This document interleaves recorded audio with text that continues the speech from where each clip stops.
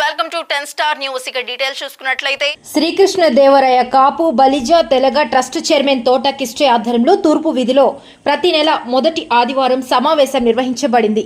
ఈ సమావేశంలో శ్రీకృష్ణ దేవరాయ కాపు Balija Telaga trust chairman తోట కృష్ణయ్య మాట్లాడుతూ శ్రీకృష్ణ దేవరాయ విగ్రహం ఏర్పాటు స్థలం పరిశీలించడం జరుగుతుందని, త్వరలోనే శ్రీకృష్ణ దేవరాయ విగ్రహం ఏర్పాటు చేస్తారని, అదేవిధంగా ట్రస్ట్ సభ్యులందరూ కలిసి వెంకటగిరి నియోజకవర్గ ఎమ్మెల్యే కురుగొండ్ల రామకృష్ణ కలిసి కాపులకు కళ్యాణ మండపం కావాలని విన్నవించుకున్నారు. త్వరలో కళ్యాణ మండపం ఏర్పాటు చేస్తానని తెలియపరిచారు.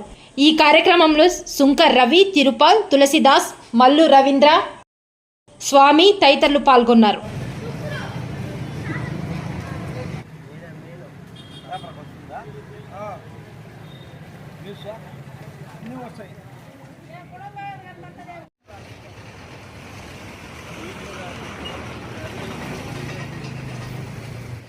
ప్రతి నెలలో జరుగుతున్నటువంటి మొదటి నెల ఆదివారం రోజున జరిగే సమావేశము శ్రీకృష్ణదేవరాయల కాపు బలిజ తెలగ ట్రస్ట్ ద్వారా త్వరలోనే వెంకటగిరిలో శ్రీకృష్ణదేవరాయ విగ్రహం స్థాపించడం జరుగుతుంది.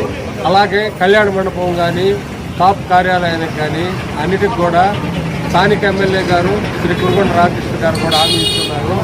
ఆ దిశగా మేమందరము కలిసికట్టుగా నడిచి ఆయన దగ్గరకు పోయి హామీ తీసుకొని త్వరలోనే ఈ అన్ని కార్యక్రమాలతో ఒక సంవత్సరం లోపల ఇవన్నీ నిర్మించి చేస్తామని ఈ సందర్భంగా ఈ సమావేశంలో అందరము తీర్మానించడం జరిగింది.